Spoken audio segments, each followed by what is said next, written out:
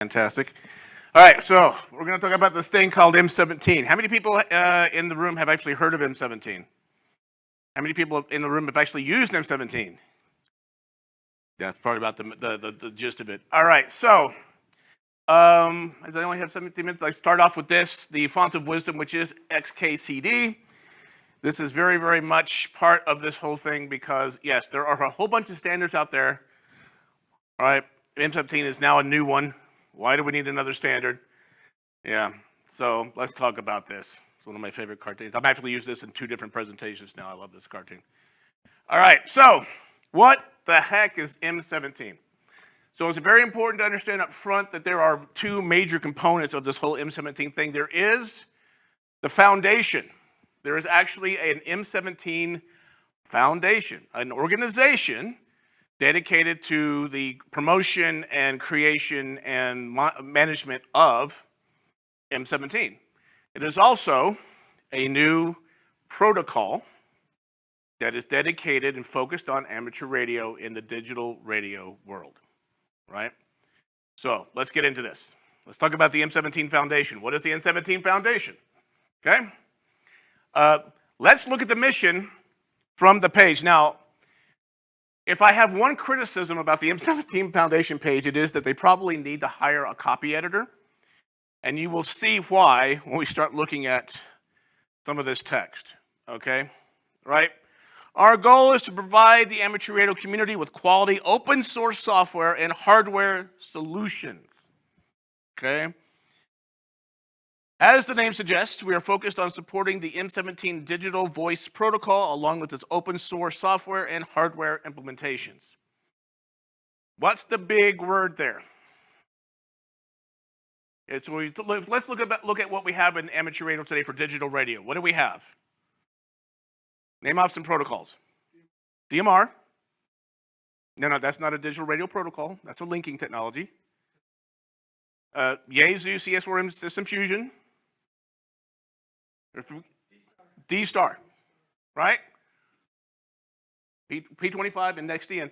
What are the big problems from this statement with those protocols?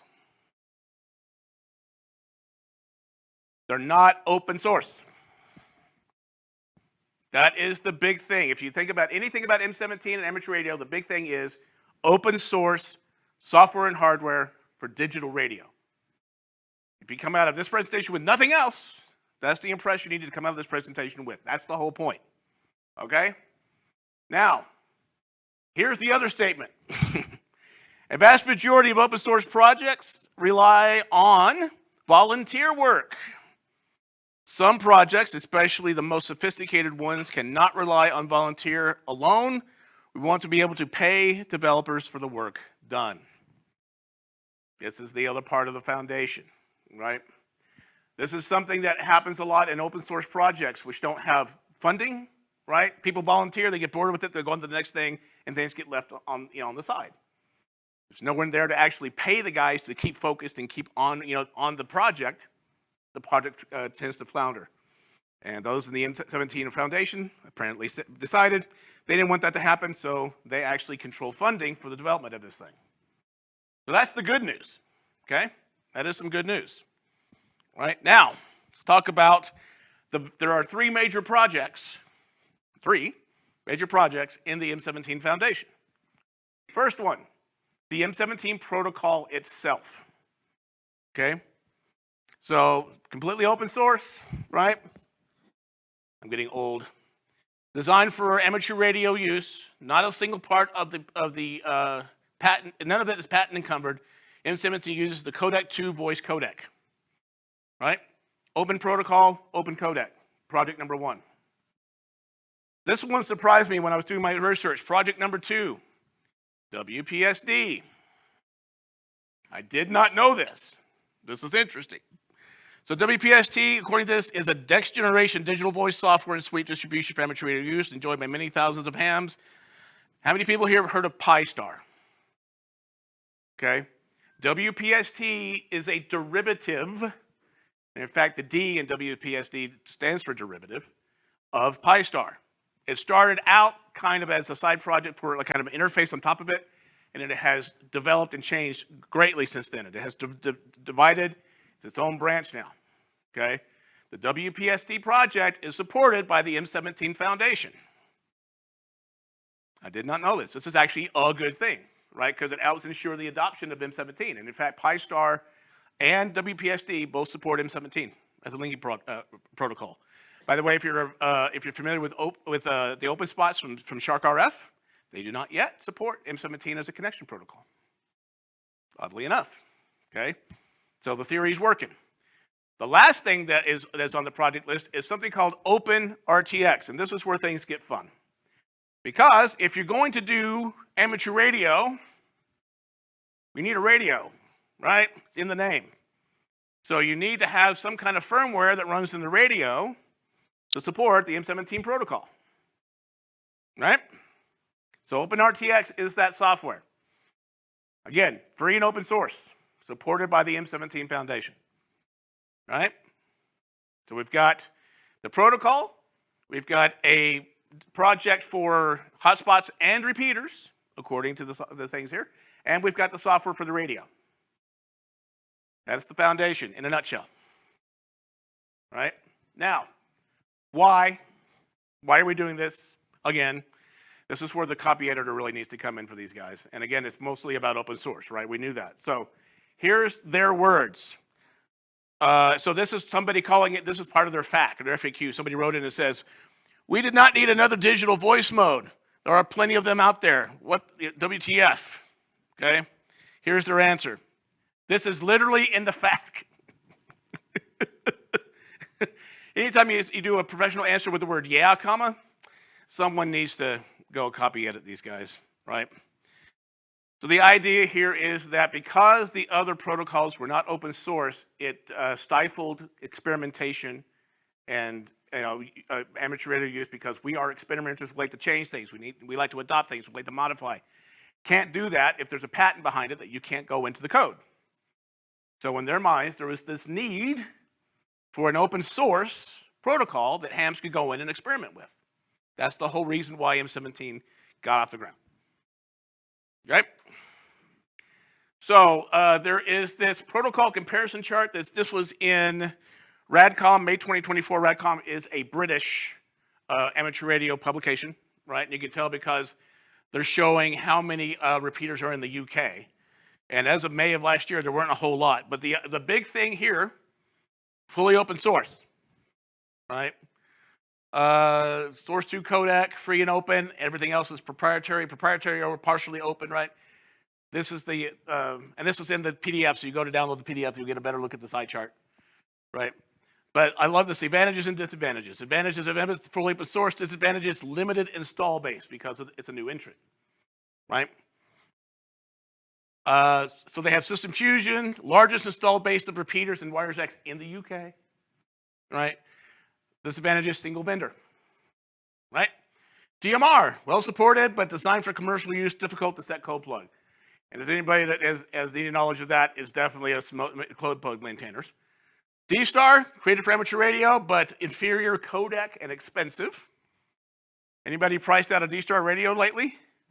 So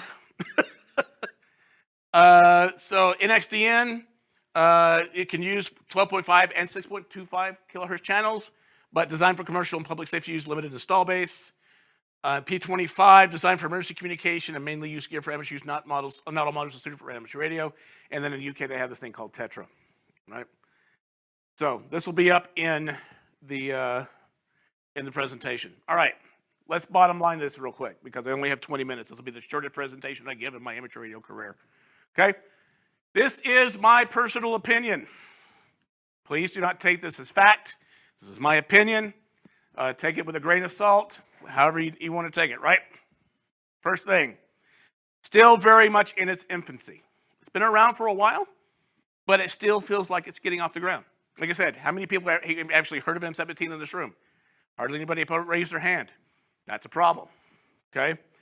Most supported radios require physical modification to work with M17 and OpenRTX. The one distinct variation from that is this radio and its cousin.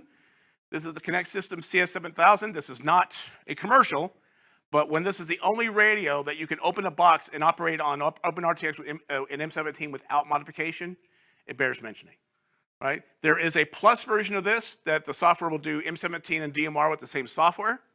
This one just does M17. It is still expensive. This radio retails for $300 and only does M17. That AD168, the Anytone D168 that I have back there with all the features is $100 less than this, right? We're still in the infancy stage of this protocol, all right? The other ones that are supported, you have to open up and either move resistors or bridge things and do those kind of things. You can send it into somebody to modify it, but they require modification. That's a problem that needs to be resolved, okay? The protocol is already implemented on PyStar and WPSD, but not yet on the OpenSpot variants, right? So if you don't have a repeater in your area, which we don't, need a hotspot, you're going to have to stick with the PyStar/WPSD hotspots in order to use M17, okay? Repeater setup is still a DIY project, so you can't just go and buy a repeater out of the box and set it in a rack with M17 ready to go. They have something called Module 17. You can buy a Module 17 device that you can plug into an existing analog repeater to make it an M17 repeater. You can use a bigger version of these MMDVM boards to create a repeater for M17. They're working on an RRU type approach, which will be more of an out-of-the-box kind of thing, but you still have to put things together, some assembly required. Okay?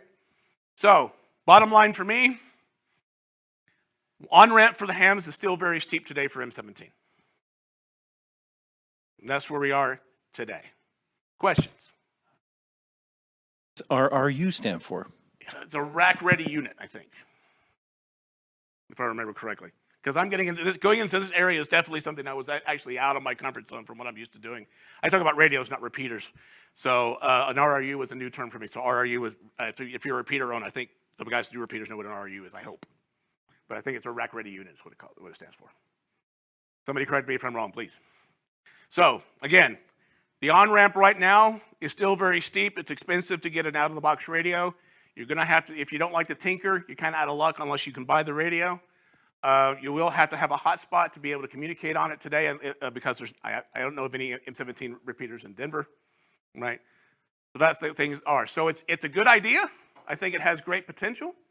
I like to see open source in amateur radios that we can tinker to, but for this, it still just seems to be early days. Questions from the net? Questions in the room? So, assuming you have multiple M17 repeaters, does the M17 protocol provide a way of repeater linking as part of the protocol, or is there a different protocol for actually linking the repeaters together? There is actually an M17 linking protocol, and in fact, the W0FUN system actually has a device out on the internet that you can link with W17. So I can actually link my little hotspot here to the W0FUN system via the M17 linking protocol natively, and use my M17 radio to get out onto that network. What is the how do I ask this? How do the repeaters find each other? Do they have like a node number, or how do they? The repeaters don't find each other. When you set up the linking device, you put it out on a network, and then you publish that information out on the internet. So the repeaters don't automatically find each other. It's more akin to the early days. Well, what is it more akin to? Because it's more like Brandmeister than D-Star or System Fusion, right? It's a point-to-point thing that you have to put something in between to connect multiple points, right? So again, early days, still early days on that. So the other thing that you mentioned was that it's primarily a voice protocol. Do they also have, in the existing setup, a way of using it for data transfer? Existing roadmap, no, but it is on the roadmap. Priorities and the development resources on that one, as far as the time is concerned.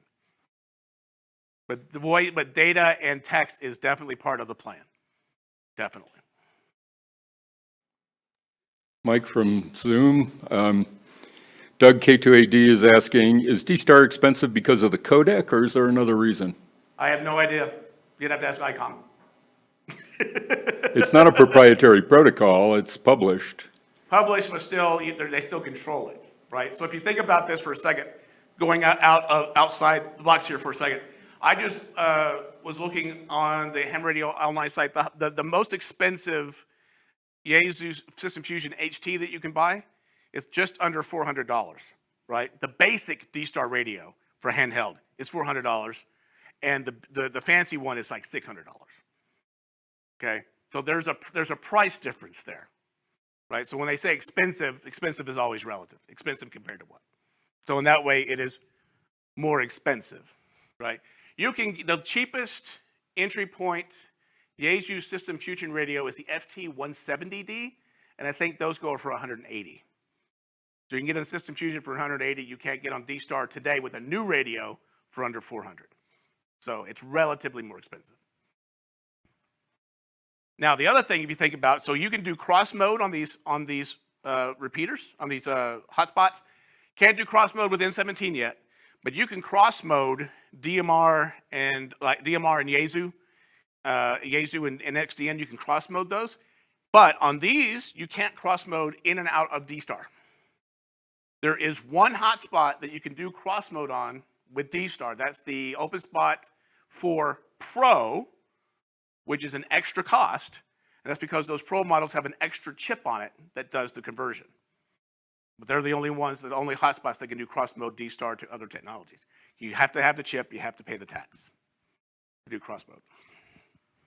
Tends to be more expensive. So there's that. Another comment from Doug. What about occupied bandwidth? Is an M17 repeater fit in our current band plan for, let's say, 12.5 kilohertz channels or 20? Yes, it is narrow band. Okay. Out of the gate, because all of these are narrow band, but it is not dual time slot like DMAR is. There's no concept of slots, but it is narrow band.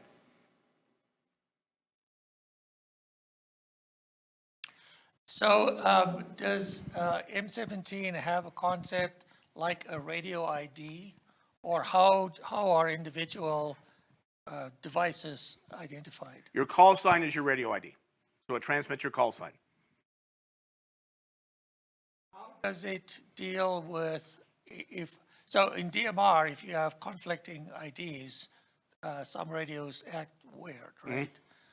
Does M17 do something similar, or? I don't have the answer to that question. I don't know. But it gives me something to try when I get home.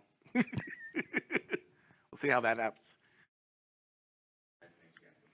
Radio, right? Or find somebody else with a radio. Yeah, I've bought enough radios at the end of last year. Thank you. How about the code plugs? I mean, CS Systems is basically the only commercial vendor out of the box, but if you use one of the other vendors' radios, how do you program the radio for M17? Most of the radios don't have code plug support yet. In fact, I don't have a radio that has code plug support, but the setup on the radio is super simple. You put in your call sign, put in the frequency, off you go. There is also a section for what they call a channel ID, which is kind of like 0, 1, 2, 3, 4, which is kind of like SCCDST tone or whatever, so like rooms or whatnot. So you can differentiate on the same frequency, but there is actually not a code plug. There's not a common code plug or code plug software CPS for this yet. The other side of the coin, it is super simple to program on the radio. Super, super simple. There's very, very few parameters at all. Now, that's a good thing and a bad thing, because with DMR, there's so many things you can do with the talk groups and whatnot, and with the time slots and whatnot. It's very functional, but they're just trying to get something open source they can experiment out of the gate first. The fancy stuff will probably come later. According to Jerry at Connect Systems, the developer has committed to having code plug support for the CS7000 radio, so it's coming, but it's just not there yet. Not that it needs to be in its current state. So what is the voice quality like with this particular device, right? Will it get the K2AD seal of approval, or does it sort of sound a little tinny? From my own personal experience, it's surprisingly good. It is surprisingly good. Now, that being said, a lot of the folks that I've heard through the M17 hotspots and the channels are using some dodgily modified radios. So you get some squeak when it comes through, but the voice quality itself is surprisingly good.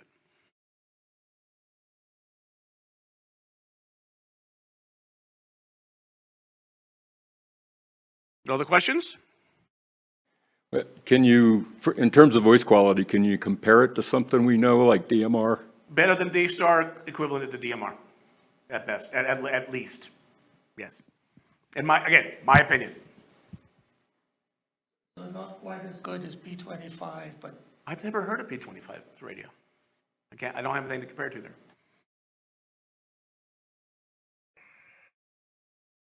All right, we let the radio on.